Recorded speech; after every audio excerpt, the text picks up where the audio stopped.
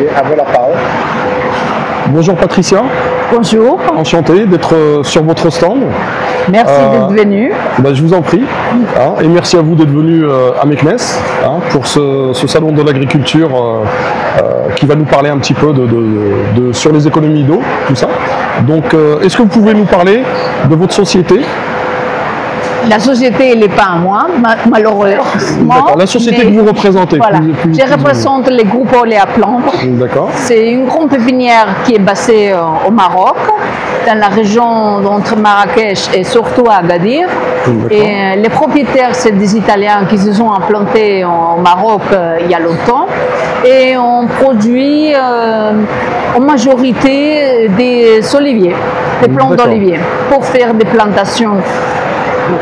Surtout dans des super intensifs, mais aussi des variétés qui s'adaptent à autre type de plantations. D'accord. Et pourquoi avoir choisi principalement, par exemple, le Maroc? Bon, le Maroc, il y a certains avantages, mais la principale sur laquelle je dirais, c'est le fait d'avoir les pépinières à Agadir. La climatologie d'Agadir permet que la production des plants en pépinière, elle est très avantageuse. Aussi, la main-d'œuvre au Maroc, c'est connu, elle est compétente et elle est efficace, et en plus, elle n'est pas aussi chère qu'en Europe. D'accord. Et spécialisé, parce que là vous nous parlez de l'olivier, mais j'ai vu que sur votre stand, il n'y a pas que l'olivier, il y a d'autres produits justement qui sont là.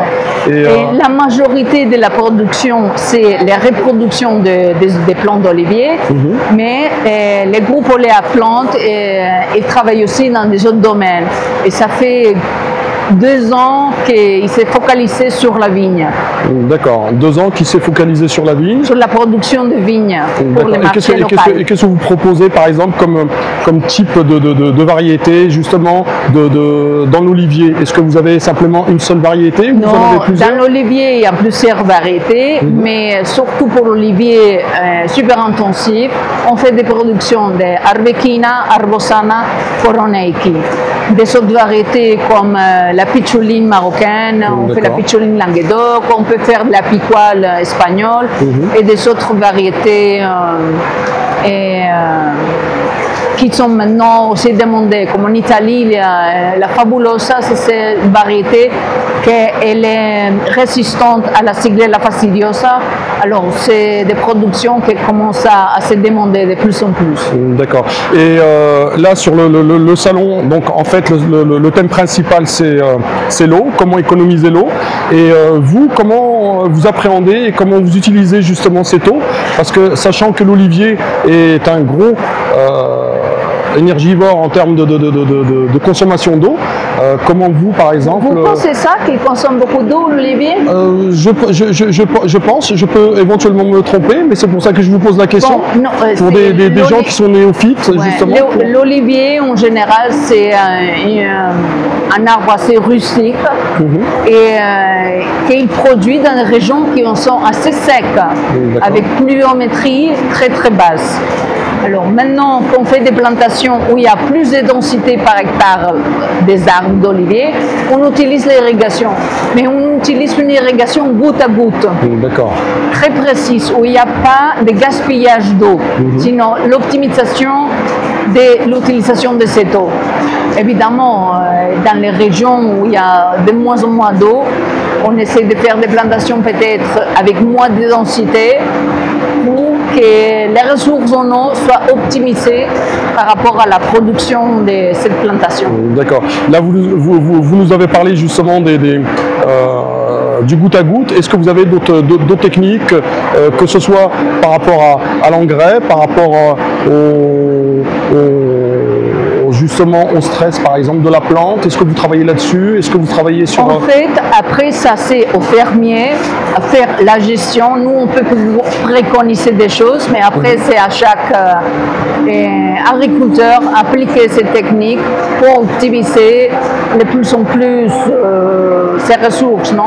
Et c'est vrai que quand on commence à avoir des manques d'eau ou on peut avoir des limitations en irrigation, on peut faire des plantations avec un appui d'irrigation.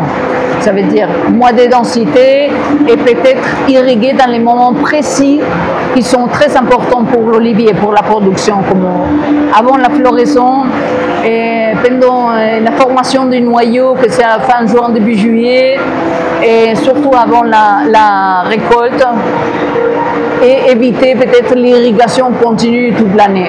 Mais s'assurer qu'il y a des moments clés dans la production où l'eau est appliquée à la plante. D'accord. Et là, vous me parlez d'une implantation d'une société italienne qui s'est implantée au Maroc sur Agadir. Qu'est-ce que vous avez pour, qu'est-ce que la société a pour ambition? Est-ce qu'elle a pour ambition justement de s'implanter dans d'autres régions du Maroc ou simplement En fait, tous les plantes mères qui s'utilisent pour la reproduction, que c'est des plantes certifiées, et sont basées à Marrakech, et toute la production pépinière, c'est à Agadir. Mais ils sont des grandes surfaces et ça fait plus de 20 ans qu'ils sont installés au Maroc. D'accord. Ils sont aussi en bureau à Meknès, alors je pense qu'ils sont très très bien implantés. Et ils ont fait beaucoup d'investissements, ils continuent à investir. Et la pépinière, elle grandit de chaque 2 hectares ou 1,5 hectare chaque année. Ça, c'est des serres. D'accord. Et alors, je pense qu'ils sont venus pour rester. Bon, ben, on espère que Oléoplan va s'implanter encore beaucoup plus longtemps et va travailler énormément justement pour tout son savoir-faire et tout ce qui est fait. Et puis justement, comme on est dans le stress hydrique, on espère qu'elle va poursuivre justement ce goutte à goutte, mais avec d'autres technologies justement, notamment la fibre de coco et toutes ces choses-là. On va toujours essayer de donner des bons conseils aux agriculteurs et des solutions à ces besoins. Je vous remercie Patricia et je vous souhaite le meilleur et à votre société pour la suite. Merci d'être venu. Merci beaucoup. Ciao.